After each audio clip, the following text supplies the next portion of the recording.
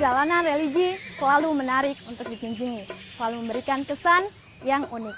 Lalu seperti apakah suasana Kampung Temboro dan pondok pesantren yang terbangun sebagai kampung santri?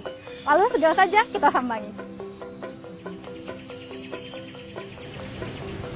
Kampung Madinah terletak di Desa Temboro, Kecamatan Karas, Kabupaten Magetan. Kehidupan sosial di Temboro sangat tenang dan kehidupan di pasar desa cukup ramai. Di Kampung Temboro terdapat pondok pesantren Al-Fatah. Kebutuhan santri pun ditopang dengan tersedianya koperasi yang menjual aneka kebutuhan hidup santri.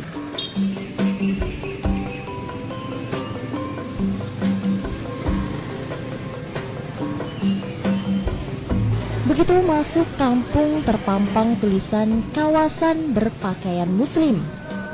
Penduduk Temboro memang beragama Islam. Para lelaki memakai jubah dan para wanita berjubah hitam panjang. Di antaranya ada yang memakai purdah atau hanya sekedar memakai tudung.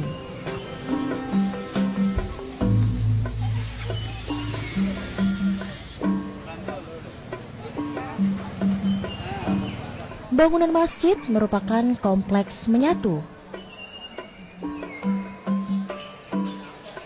yang terdiri masjid, ruang-ruang pembelajaran, taman, dan pondokan santri.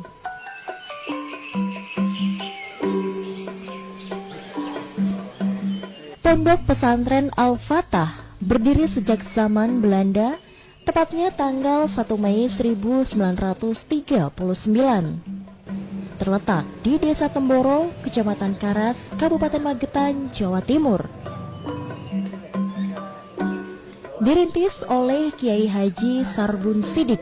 Beliau seorang murid Thariqah Naqsabandiyah Khalidiyah yang sempat mengikuti bayat Thariqah di Jabal Abi Kubais, Mekah, sewaktu menunaikan ibadah haji.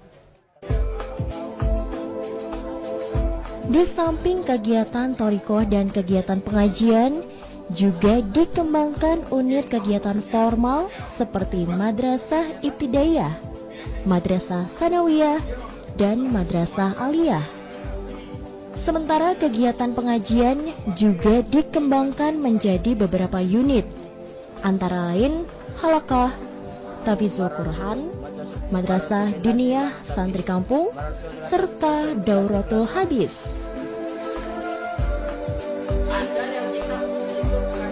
Pondok pesantren Al-Fatah Temboro terkenal karena satu-satunya pesantren di wilayah eks-Karesidenan Madiun yang memiliki ciri khas.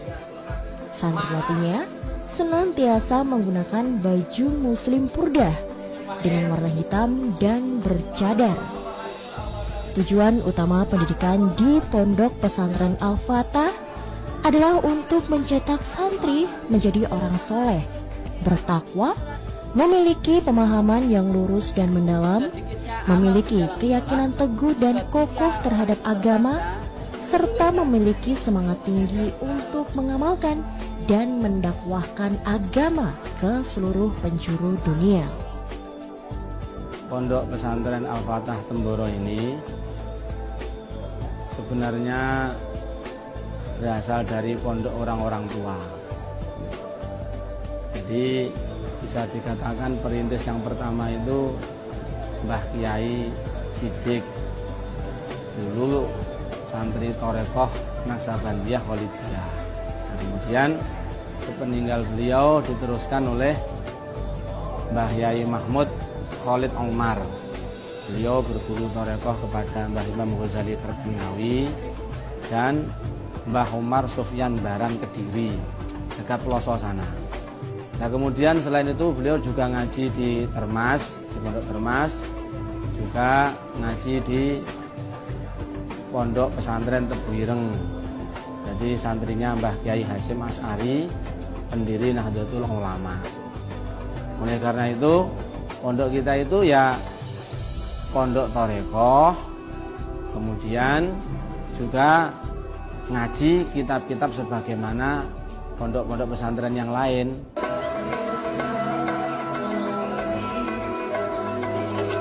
Berkelana bukan hanya milik para petualang. Para santri pondok pesantren Al-Fatah juga melakukannya. Tapi bukan sembarang kelana.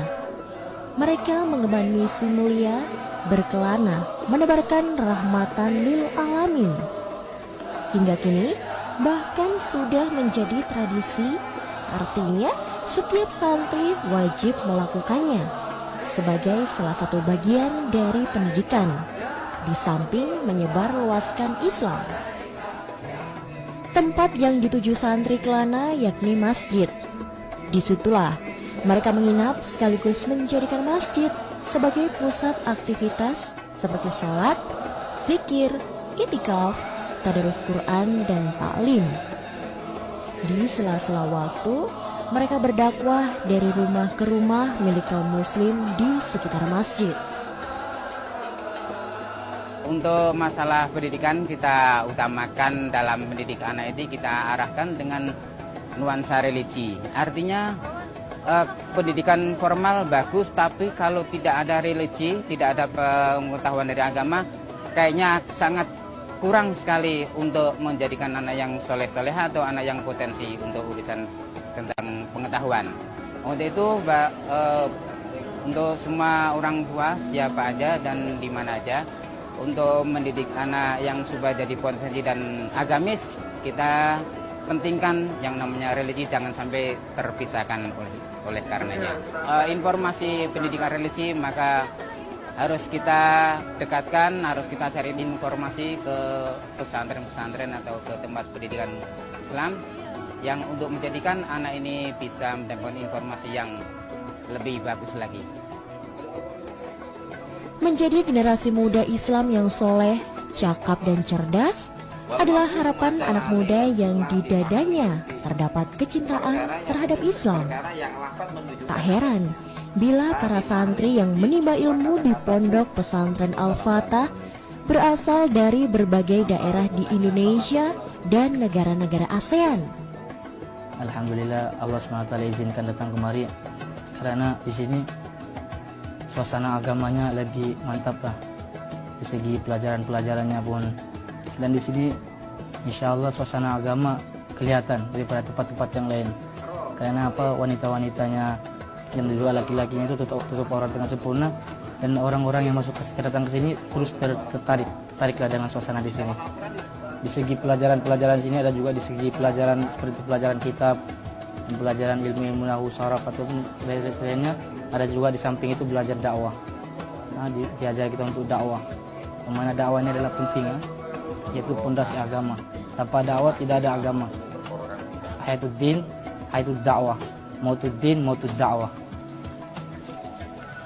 Para santri pun saat libur memanfaatkan liburan untuk berlatih menyalurkan hobi dan kemampuannya mengendarai kuda dengan baik.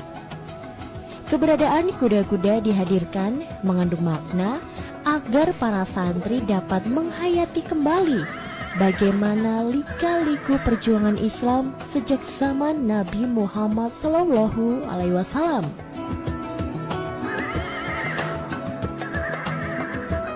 Jadi latihan kuda ini mengikuti olahraga supaya badan kita selalu sehat dan kuat, dan mengikuti cara Nabi Muhammad SAW, sunnahnya baginda Rasulullah SAW. Masjid Al-Huda merupakan pusat seluruh kegiatan di pondok pesantren Al-Fatah, karena disinilah tempat diadakannya musyawarah membahas kegiatan-kegiatan pondok. Juga pengajian umum yang rutin digelar setiap malam Jumat. Ribuan jamaah dan santri mengikuti pengajian ini. Masjid yang dibangun ini mampu menampung lebih dari 10.000 jamaah. Pondok pesantren Al-Fatah memang dijadikan sebagai pusat jamaah tabligh di Indonesia. Hal ini tidak terlepas dari metode penyampaian dakwah yang menyejukkan. karena lebih mengedepankan hikmah dan kesabaran dalam berdakwah, mengajak orang untuk semakin kafah dalam Islam. Pemirsa, penyebaran agama Islam di berbagai daerah kian cepat, ditandai dengan pendirian masjid dan pondok pesantren yang tidak dapat lepas dari perjuangan bangsa Indonesia melawan penjajah Belanda di berbagai daerah. Akhirnya kami tuntasi perjalanan kita kali ini. Terima kasih atas kebersamaan Anda. Wassalamualaikum warahmatullahi wabarakatuh.